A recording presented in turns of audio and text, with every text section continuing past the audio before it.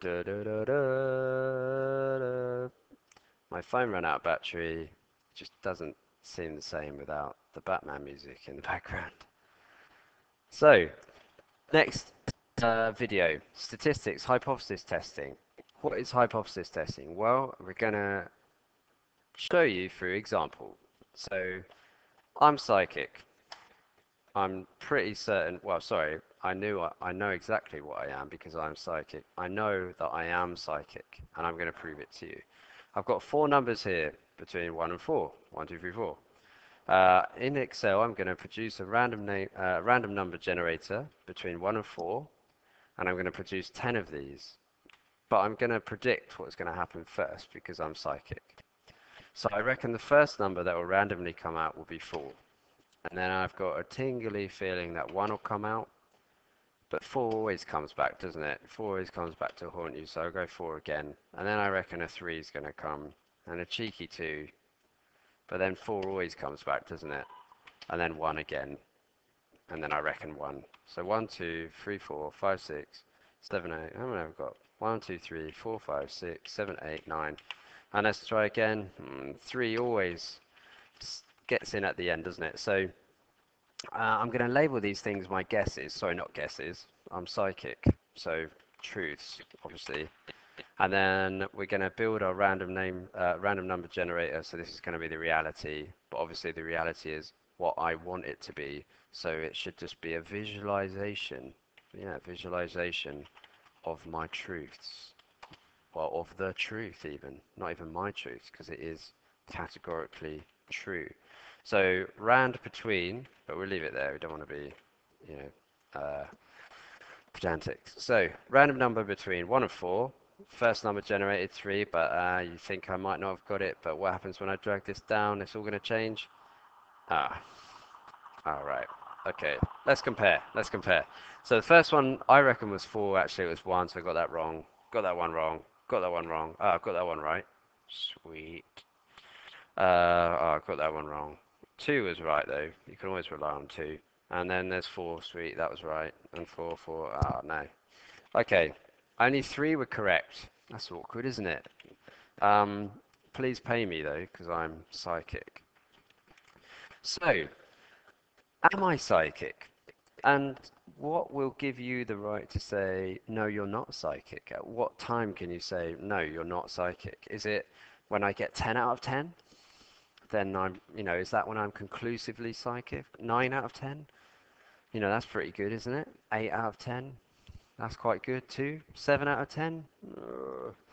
But 0.25, 25% of the time you're meant to be correct, and yet I got it right 7 times. So I must be psychic, yeah? And this is what hypothesis testing is all about. So some shampoo claims that your hair is going to be 10% glossier after you get it, or that it will grow back, 5% of your hair, which in my case, I am a little bit worried on that front.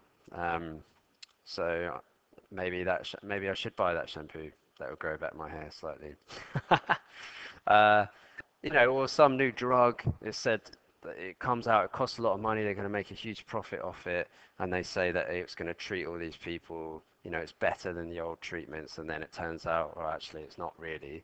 That's what significance testing is all about, hypothesis testing, right?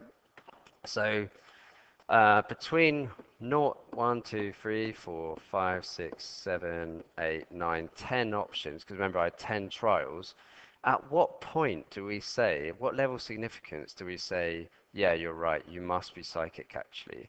I mean, normally in industry, 5% is the significance level here. So if 5% of the country guess this correct, then if I fall within that 5%, it's so unlikely because 5% is so small that actually it's not 0.25 correct for me. Actually, I'm higher than 25% correct because I have some psychic ability to me. Do you see? So let's just make that clear. So P is 0.25 for regular people, but for psychics like me, it's actually bigger than 0.25, right? And 5% of the country are psychic, So that's this region here, what we call the critical region, right? And 5%, that's called the significance level. If I fall in that, then I must be psychic too. But the thing is, I don't know if it's 7 is the 5% or 6 is the 5% to 10. How do I know that, right? So this is what we're trying to do. We're trying to find the region, the number of times that someone can be correct, um, which would be so unlikely for that to happen, then it can't be 25% correct. For me, I must be higher than that. So let's see if I write this formally up. So I'm going to say let x be the event of choosing the correct number, right? So this is called my test statistic. So in your exam, it's going to say, what's the test statistic? And you're going to say, oh, x, which is the event of choosing the correct number, okay? And the established position is that 0.25 of the time I'm correct. So a quarter of the time I'm correct, aren't I? Because there's 4 numbers to choose from. So, so this is called your null hypothesis. So this is the established position. This has been in place forever, that it's an equal chance of me picking a number, right? And so until then, until now, it hasn't been disproven. And then I walk in and say, well, actually, I can do better than that. And this is called my alternative hypothesis, right? So we're going to test this theory under 5% significance. So 5% significance level. So like I said, if I fall within that 5%, then I must be psychic, because it's so unlikely for me to fall within that, right? 5% is just too small for it to be coincidence, basically. That's what you're saying. It's not coincidence if I fall within the 5%. It's true, right? So I'm going to assume H0 is true, because so far that is the established position, i.e. that X is a binomial made up of 10 events and 0.25 chance of getting it correct. So, like I said before, I'm trying to find this region, 1, 2, 3, 4, 5, 6, 7, 8, 9, 10. I'm trying to find the region that fits that 5%. So I need to know X, which is bigger than or equal to X1, which is less than 0.05. So X1 is the number that anything beyond X1, there's less than 0.05 chance of that happening. But as you know, our calculators do not work greater than, does it? It works less than or equal to. So this is inclusive, isn't it? This is X1, and then X1 plus 1, and then X1 plus 2, all the way up to 10. So can you see this probability is the same as 1 minus everything that came before that? So X1 take 1, X1 take 2, etc. So X is less than or equal to X1 take 1 is less than 0.05. If I move that 1 over to the other side, then I would get minus 0.95. And if you divide by the minus, as you know, your inequalities swap direction. So now we're in a good position because I've got less than or equal to, and that's what my calculator works in. So you should be used to this kind of idea from previous questions that we've done on binomial.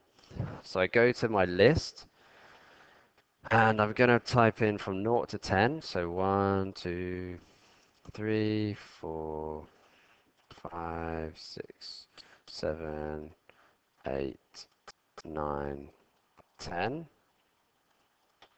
And I've got 10 things then and 0.25 chance of it being correct.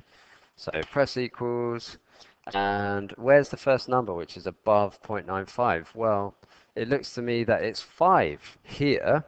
So always write this down. Is less than or equal to 5, the first number, and what it actually is, which is 0.0802, because you're going to need that in harder questions, which is bigger than 0.95. So x1 take 1, remember, is 5. Remember, this is actually this one. So therefore, x1 is 6. So the critical region, if this is 6, which is x1, must be everything between 6 and 10. This must account for 5% of the data. So x1 must be less than or equal to 10, but greater than or equal to 6. So my conclusion is, therefore, I got 2 correct. 2 is not in the critical region. Therefore, not enough evidence. Always relate this to the question, right? So not enough evidence to say I am psychic, and therefore H naught stands. Whoops. So it's like a three stage process there. You're saying what happened, whether there's enough evidence with the context of the problem, and then whether H naught stands or falls. Okay? Let's do another formal example of that. How do we have time? 11. Okay. So it says the standard treatment for a particular disease has 2 in 5 probability of success. So a certain doctor has undertaken research in this area and has produced a new drug which has been successful with 11 out of 20 patients. The doctor claims that the new drug represents an improvement on the standard of treatment. Test at the 5% significance level that the claim is made by the doctor. So this is exactly what I was talking about. We've got a new drug.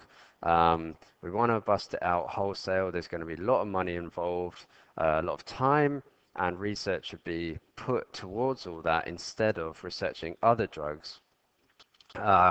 If this thing is deemed to be correct, but if it's incorrect, then we've just wasted a lot of time and a lot of money. So we need to.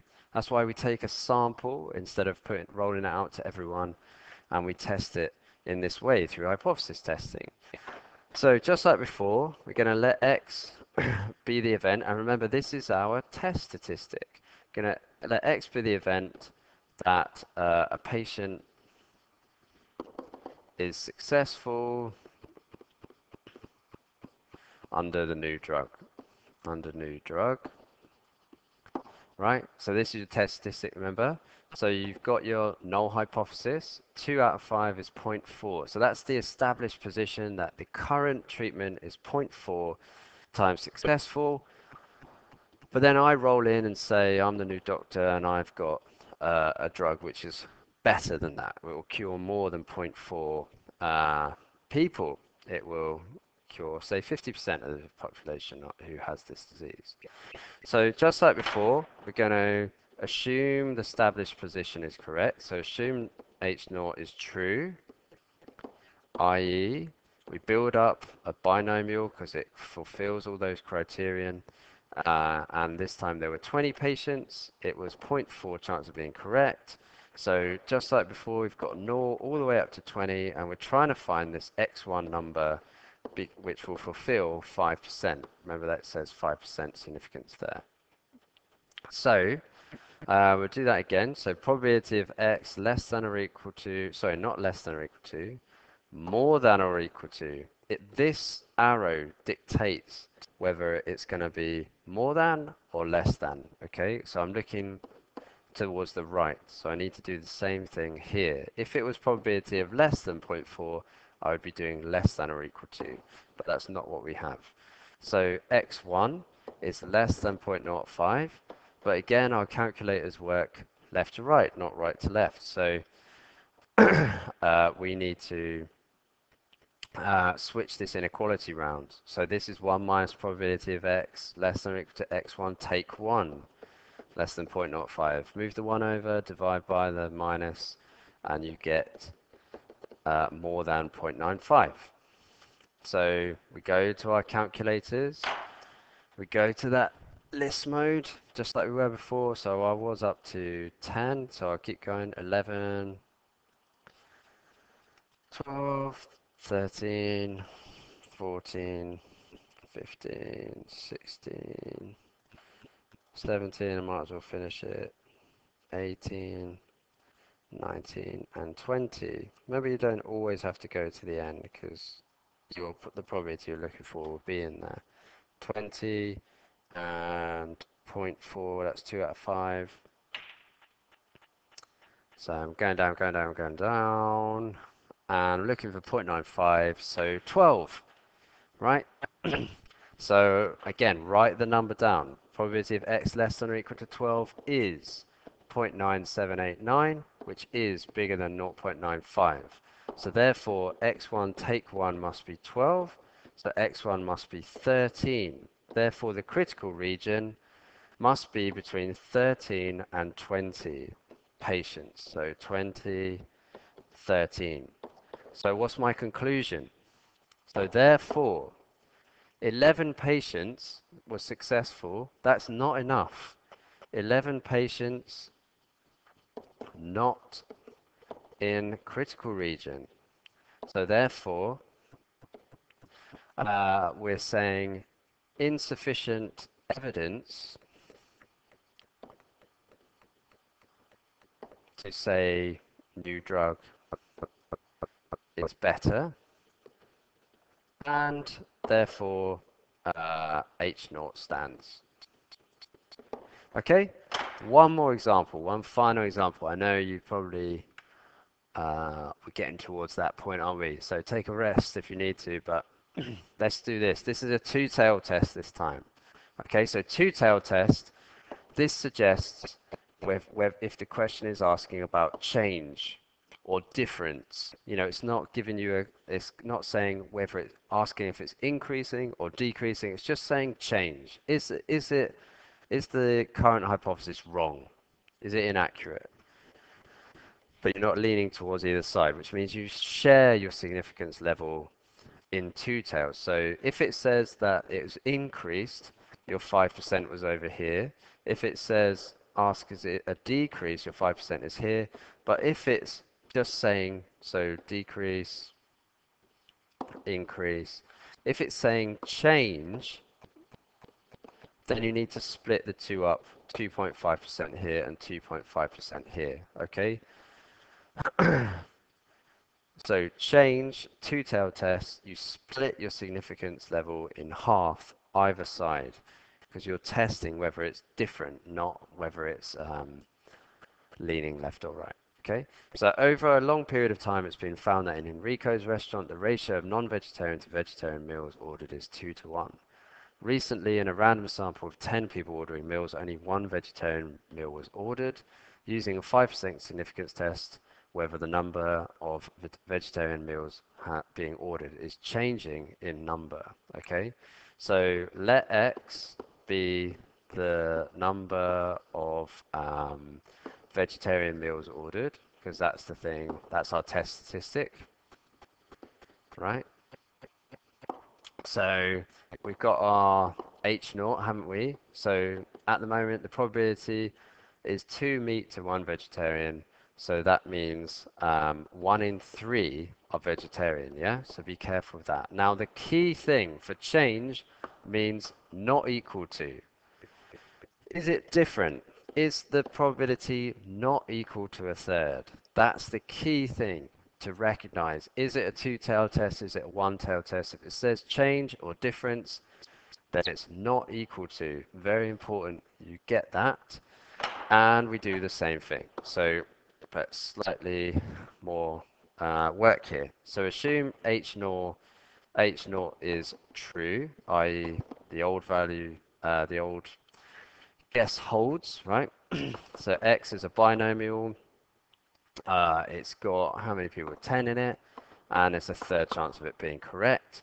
So remember, I'm looking at a two-tailed test. So from 0 to 10 people, right? Here's all your probabilities. There's this section, which counts for 2.5%, and this section too, 2.5%. So there are two critical regions. Here's 0 between 0 and x1, and between x2 and 10, and I need to find what those two values are. So the probability of x less than or equal to x1, because it's between 0 and x1, it must be less than or equal to, right? Is less than 0.025. That's that's half of our 5%, isn't it? But also probability of x more than or equal to x2, which is the same work we've been doing before, is less than 0.025 as well.